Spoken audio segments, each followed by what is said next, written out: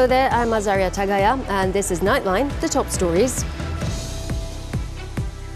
Cops uncover drug lab, seize 120 million ringgit worth of drugs and firearms. And fighting halts in Gaza as ceasefire takes effect.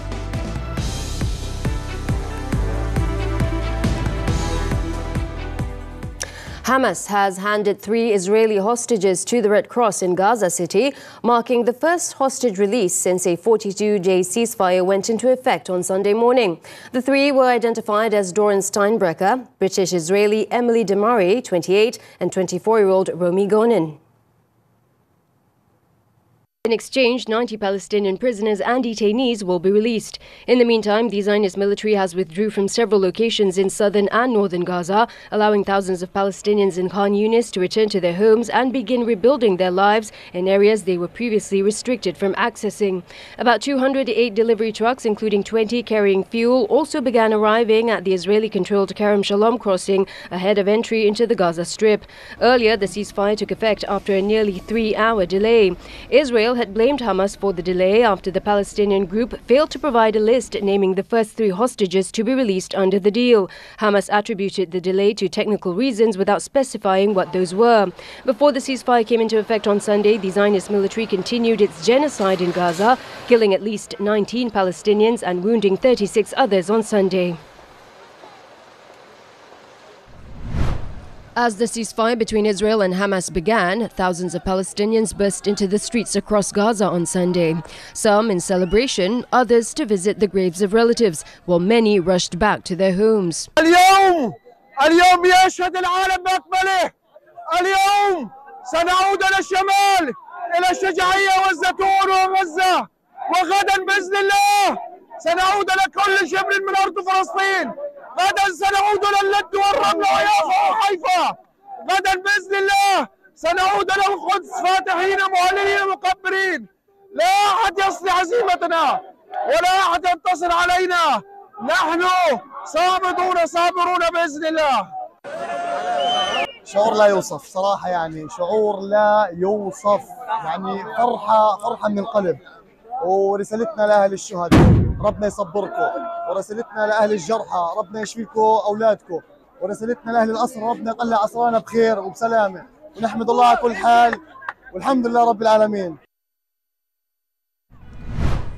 Meanwhile, Hamas fighters drove through the southern city of Khan Yunis with crowds cheering and chanting in celebration. نستذكر شهداءنا الأبطال الذين قضوا في معركة طوفان الأقصى وشرحان البواسل. هنيئا لكم أيها الأسرى، هنيئا لكم أيها الأسرى، هنيئا لكم أيها الأسرى. هذا الفرج نعلنها لنتنياهو. ها هو اليوم الذي أتيت لتجسو فيه على الركب أنت وجميع حكومتك الفاشية النازية، وبإذن الله ستتحرر البلاد على أيدي هؤلاء المجاهدين الأطهار الشرفاء بإذن الله. كيف تكبرون؟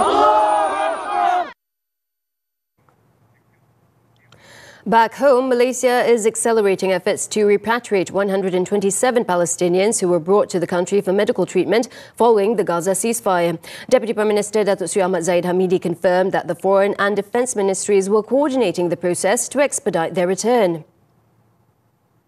Jadi dalam keadaan gencatan senjata ini mungkin masa yang sesuai untuk pengantaran pulang ini dilakukan dengan segera oleh pihak Kementerian Pertahanan dan juga Kementerian Luar.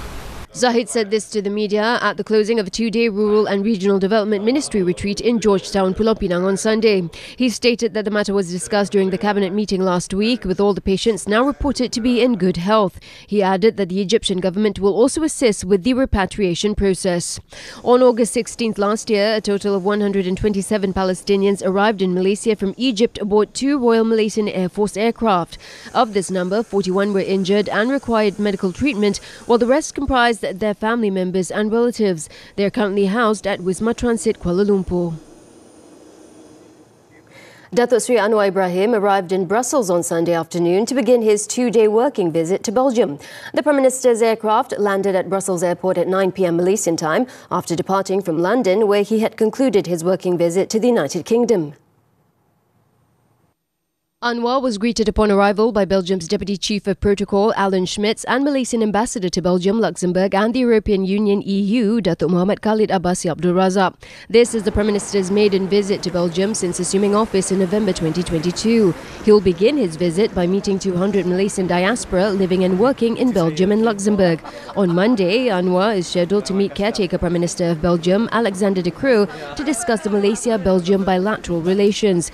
He will also meet with the European Council President Antonio Costa to deepen Malaysia-EU ties and regional cooperation. Anwar will also deliver a keynote speech at the College of Europe before heading to the World Economic Forum in Davos, Switzerland. Anwar's visit is expected to reignite negotiations for the long-stalled Malaysia-EU Free Trade Agreement MEU-FTA, presenting a renewed opportunity to strengthen trade ties. Negotiations for the FTA started in 2010 but stalled in 2012 following Malaysia's reservations over the EU's palm oil procurement policies, subsidies and sustainability clauses. ASEAN has urged Myanmar to fulfill its responsibilities as a member of the organisation and comply with the 5-point consensus agreed upon 4 years ago to resolve the political and humanitarian crisis in the country following the military junta's coup in 2021. In addressing the issue, the ASEAN Foreign Ministers' retreat, which concluded on Sunday, indicated that the regional bloc has no intention of suspending Myanmar's membership, but looks forward to peaceful dialogue to restore stability in the country. The 5-point consensus peace plan agreed upon at the ASEAN Leaders' Special Meeting in 2021 calls for the immediate cessation of violence, inclusive dialogue involving all parties, the appointment of a special envoy, the facilitation of humanitarian assistance by ASEAN, and a visit by ASEAN Special Envoy to the country. Foreign Minister Datuk Sri Muhammad Hassan, after chairing the retreat in Langkawi, emphasised that Myanmar must cease its atrocities and oppression against its own people as a fundamental condition of the agreement. We have no intention to carve out Myanmar. In fact, we were looking forward for a peaceful dialogue with Myanmar and also the stakeholders in Myanmar. And we are trying our very best to put our head together with the dialogue's partners and also country neighboring Myanmar, how best that we can ensure that stability and also a democratic government being installed in Myanmar. Muhammad also announced that ASEAN has appointed former Foreign Ministry Secretary General Tan Sri Othman Hashim as the bloc's special envoy to Myanmar. His immediate task is to work towards a ceasefire in Myanmar to enable access for humanitarian aid. In another development, the minister noted that there is a need to further enhance trade and business relations between ASEAN countries. Dilihat bagaimana ASEAN ini boleh diperkasakan lagi dalam bentuk pelaksanaannya. Antara kerajaan dengan kerajaan, hubungan kerajaan-kerajaan yang akan menjadi pemudah kepada nanti hubungan untuk kita mempertingkatkan intra-ASEAN trade and investment ataupun business to business, dan ini akan dapat dimanfaatkan oleh rakyat, people to people. Through the implementation of the ASEAN Community Vision 2045, the bloc of 10 countries will focus on security, stability and prosperity, as well as the well-being and quality of life of nearly 700 million people in the region. With global growth expected to remain steady but moderate in 2025, investors and businesses are exploring their opportunities amid shifting economic trends. As global economic policies evolve, Malaysia remains poised to leverage regional opportunities to attract investments and drive growth. Head of Research at Affin Hwang Investment Bank, Loong Chi Wei, notes that Southeast Asia, including Malaysia, could benefit from trade and investment diversions stemming from the US-China trade tensions. He also highlighted that potential rate cuts by the US Federal Reserve could redirect global capital to emerging markets. It would see global funds then start to look at outside of US for stronger growth. And that's where I think some of these funds may look at emerging markets, including Malaysia, for potential investments to capitalize on the stronger growth prospects, as well as improving their returns if the currencies are also appreciating like the ringgit. He warned that geopolitical risks, including potential tariffs by the US once President-elect Donald Trump officially assumes office, could potentially weigh on global growth prospects, despite a positive earlier projection by the International Monetary Fund. Datuk Sri Saifuddin Nasution Ismail has clarified that police officers are not allowed to randomly inspect a person's mobile phone without reasonable grounds. Addressing concerns over potential abuse of power, the Home Minister said enforcement officials are required to operate within the boundaries of the law. Saifuddin said the Inspector General of Police Tan Sri Razaruddin Hussein will meet with the Human Rights Commission of Malaysia, also known as Suhakam, to clarify the scope of what the police can and cannot do and address concerns regarding the police's authority to inspect mobile devices. Dia boleh tengok saja any Tom, Dick and Harry kalau dia rasa nak ambil telefon terus ambil. Tak. Kita tak tindak begitu. Okay? Bila satu keputusan dibuat untuk membuat pemeriksaan, there must be a basis to it. Pada masa yang sama, concern di kalangan public perlu juga polis cermati. He was speaking to the media after checking on preparations for the upcoming Asia International Security Summit and Expo to be held from Monday to Wednesday at the Putrajaya International Convention Centre. Suhakam had previously expressed its concern over the matter, which it views as a violation of human rights. Police have uncovered an international drug syndicate following 3 raids in Selangor and Kuala Lumpur, which saw 12 people arrested and the seizure of drugs and firearms worth 120 million ringgit. According to Bukit Aman Narcotics Criminal Investigation Department Director Datuk Sri Kol Kok Chin, more than 830 kilograms of various types of drugs were seized in the raids, along with a submachine gun, 15 pistols and 900 rounds of ammunition. The police also seized several vehicles, a forklift and about 1 million ringgit in cash. According to KAU, the first raid on a warehouse in Puncak Alam led to the arrest of 8 foreign men who were processing drugs, believed to be intended for both the domestic and international markets. A second raid on another house in Puncak Alam resulted in the arrest of 2 more foreign men believed to be coordinators for the syndicate, as well as a Thai woman whose role has yet to be determined. Interrogation of the 3 suspects from the second raid then led to the inspection of a house in Kuala Lumpur, which was used as a storage facility for the drugs. Police then arrested a local man believed to be the syndicate's coordinator at a house in Sri Kembangan. Kita tengok dari segi jumlah rampasan dadah yang banyak itu, dan kita percayai pihak ekstasi dan RM120 itu untuk diekspor ke luar negara, khasnya negeri Jepun dan Cambodia. Checks on the foreign nationals revealed that 6 of the men had prior criminal records involving offences related to drugs, murder, violent crime and fraud. All the suspects have been remanded for 7 days until January 23rd. Police have detected elements of fraud in connection to a travel agency believed to be involved in an Umrah scam, which resulted in losses totaling 2.1 million ringgit. The investigation also revealed that the company owners had a prior record involving an investment fraud case in Johor last year, which is still under investigation. Kita dapati memang ada unsur-unsur penipuan bagi kes ni sebab dari segi proses permohonan visa, dari segi tempahan penerbangan dan juga dari segi penempahan penginapan di Arab Saudi dan sebagainya, benda itu tidak dibuat dengan betul. The husband and wife pair who owns the agency and whose remand period ended on Sunday has been handed over to Johor Police for further investigation. Meanwhile, 6 other individuals detained in connection with the case have been released on police bail. No new arrests have been made, but witnesses and victims are being called in to assist with the ongoing investigation. To date, police have received a total of 42 reports, including 28 from victims, 13 from agents and 1 from the Tourism, Arts and Culture Ministry. The investigation paper for the case in Selangor is expected to be completed soon and will be referred to the Deputy Public Prosecutor. Malaysia's public healthcare sector is grappling with the dual challenge of meeting the urgent demand for skilled professionals while tackling the ongoing brain drain affecting the workforce. Retaining local talent has become a pressing issue as many healthcare workers seek opportunities abroad, risking the nation's ability to ensure sustainable and high-quality healthcare services. Nightline's Muhammad Nadir Azfar has the report. From 2019 to 2023, a total of 6,417 permanent and contractual medical officers resigned from the Public Health Service, along with an additional 1,046 specialists who left their positions during the same period. Healthcare personnel have cited personal issues, competency concerns and health problems as some of the reasons behind these resignations. Another issue prevalent in the public healthcare sector is the overly long working hours.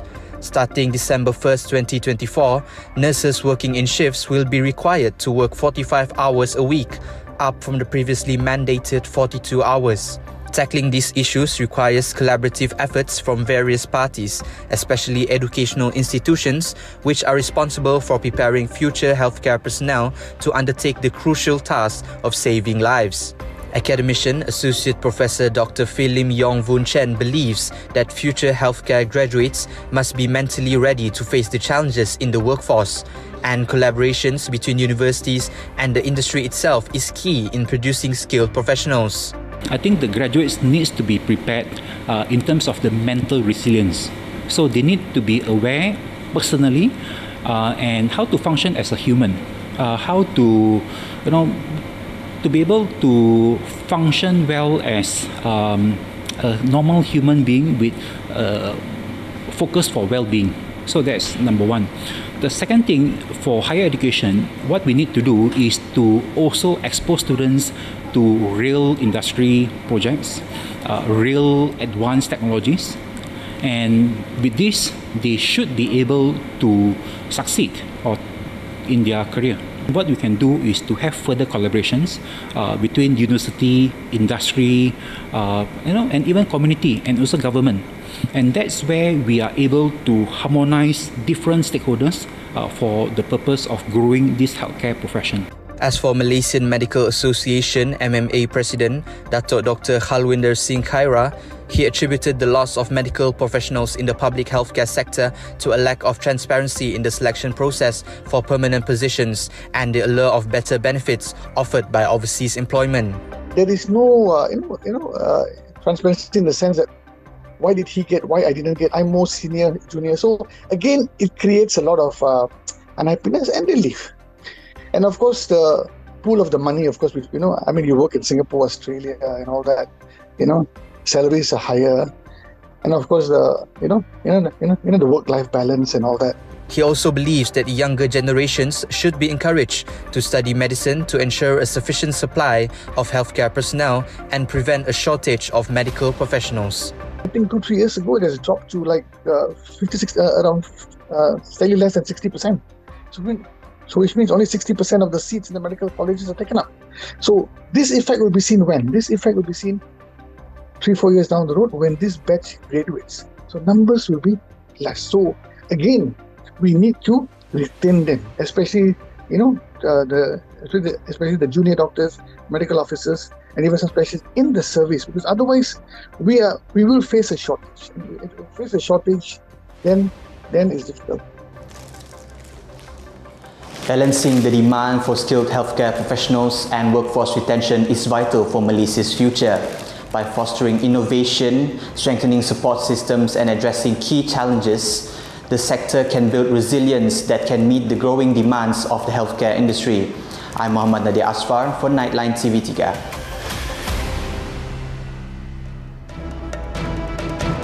First India Open title in 15 years. Sports after this breather.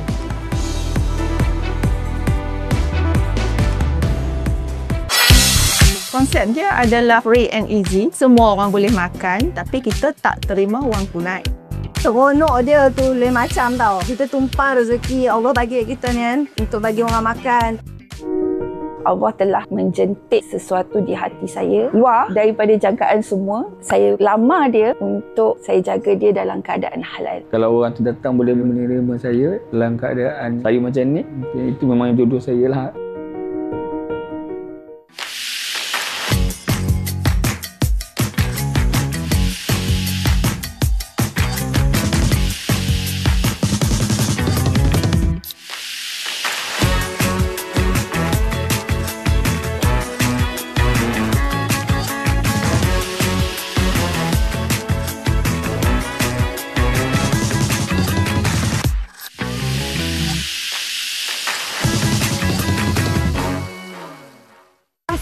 Vibrasi nada rasa 10 finalis anugerah juara lagu 39 dengan mendapatkan tiket di www.wowtix.com.my atau imbas kod QR berikut. Kalau takut sold out, beli tiket sekarang.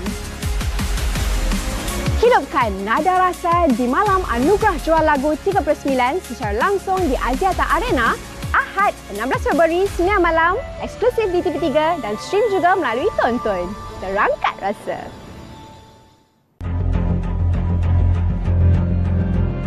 Beliau bersama ibunya menjumpai kawasan kesan terbakar disyaki mayat manusia. Di Pulau Pinang, seorang lelaki dipercayai teman lelaki kepada wanita yang dibunuh sebelum dikerat dan dibakar di Juru 3 hari lalu. Terdapat kesan-kesan yang tidak sekata. Ada bahagian yang agak teruk terbakar, ada bahagian yang hanya terbakar sedikit. We're back with sports, badminton and the 2025 India Open. National shuttlers Gozi Fay and Nurizuddin Rumsani ended the nation's 11-year title drought at the tournament by claiming the men's doubles crown in New Delhi on Sunday. The world number 2 pair was stretched to 3 games before overcoming the South Korean pair of Kim Won-ho, Seo Seung-jae 21-15, 13-21, 21-16 in a match that lasted 52 minutes. Zifei and Nurizuddin pocketed $70,300 for winning the title at the BWF Super 750 Championship. It was the Malaysian pair's 4th title in 5 World Tour finals since August last year, adding to their Japan Open Super 750, China Open Super 1000 and Arctic Open Super 500 victories. On to tennis now. The 2025 Australian Open. Alexander Zverev booked a quarter-final against Tommy Paul on Sunday after surviving a mid-match wobble to oust France's Hugo Humbert as he zeroes in on a maiden Grand Slam title. The second seed was in imperious form to start and finish, racing past the 14th seed 6-1, 2-6, 6-3, 6-2 after briefly letting his guard down. He will next meet dangerous 12th seed Paul for a place in the last 4 after the American whipped Spain's Alejandro Davidovich Fekina.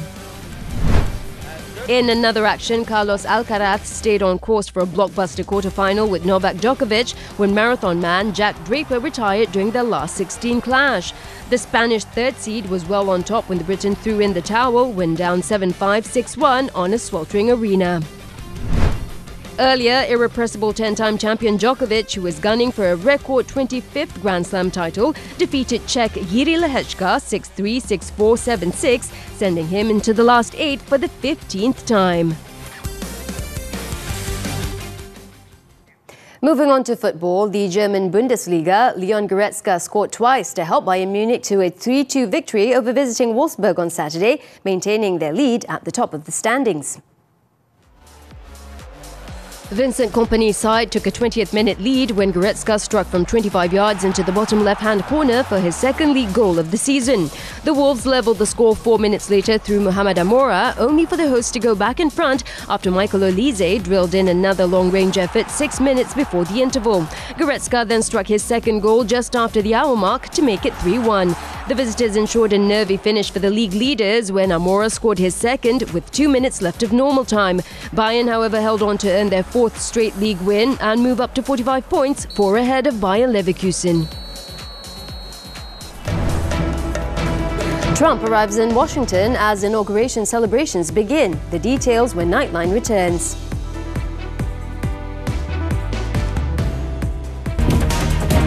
Unlocking the future of business. From industry evolutions to policy changes, we go beyond the headlines. Deep insights, sharp analysis. Understanding the forces driving tomorrow's economy. Key financial insights that drive decisions. This is Money Matters, every Saturday, 5 p.m. Only on TV3 and stream now on Tonton.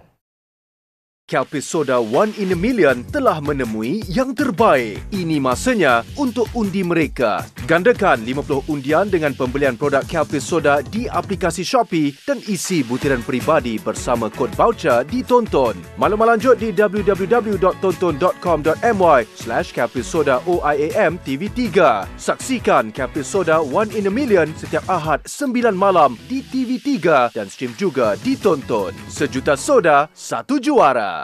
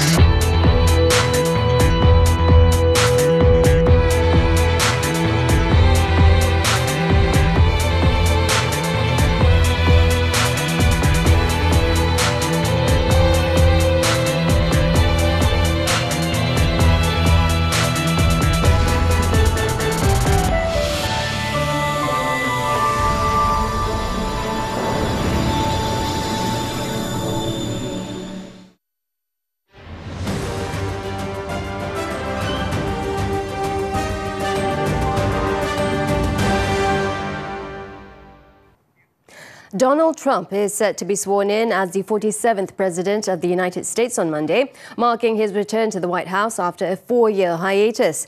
The day will be filled with significant traditions, starting with the swearing-in ceremony to mark the beginning of Trump's second term. Nightline's Adrina Lee takes us to what has been planned for this historic occasion. For the first time in 40 years, the swearing-in ceremony will be moved indoors to the U.S. Capitol's Rotunda due to dangerously cold weather predicted in Washington.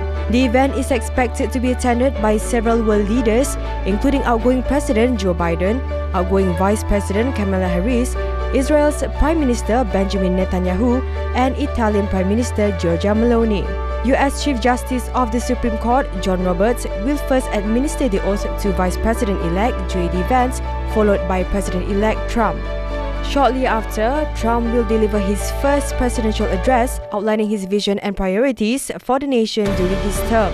The 78-year-old Republican is expected to address critical issues facing the country, including economic growth, national security, healthcare reform, and immigration policy. Following this signing ceremony and inaugural luncheon, the presidential parade will then be held at Capital One Arena. The day will be concluded with the celebration marking the start of Trump's presidency as millions watch with hope and anticipation for the future. Trump's re-election stems from key factors such as his strong political base and extensive media coverage, despite ongoing controversies over his immigration and tax policies, as well as other economic issues. Although he has promised a new American landscape, it is interesting to see whether Trump can actually deliver, especially in addressing core issues such as the tariff and the largest deportation effort in the US history. Adrina Lee for Nightline, TV3. Meanwhile, Trump on Sunday announced that he will take executive action on his inauguration day to allow TikTok to continue operating in the US temporarily, while also suggesting that the US government could take partial ownership of the social media site. In a social media post, the president-elect said he will not let TikTok stay dark, and he proposed for the US to take a 50% ownership position in TikTok as part of a joint venture. The executive order will also give assurance that there will be no liability for any company that helps keep TikTok operating. Earlier, TikTok stopped working late on Saturday in the US and disappeared from Apple and Google app stores ahead of a law that takes effect on Sunday, requiring the shutdown of the platform used by 170 million Americans.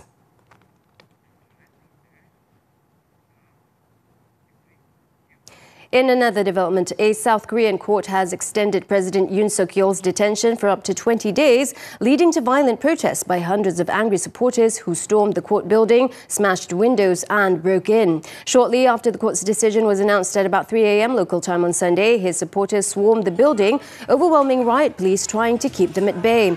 Footage showed protesters blasting fire extinguishers at lines of police guarding the front entrance before they flooded inside, destroying office equipment and furniture. Police restored order a few hours later, saying that they had arrested 46 protesters and vowing to track down others involved. There were around 40 minor injuries sustained during the chaos, but no serious injuries reported.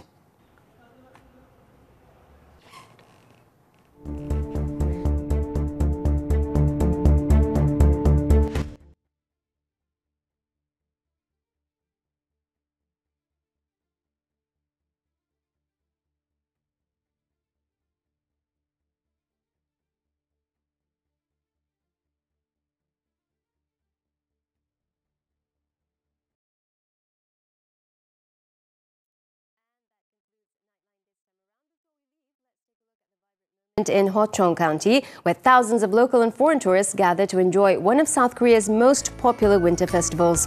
I'm Azaria Tagaya. Thank you for watching, and we'll see you next time.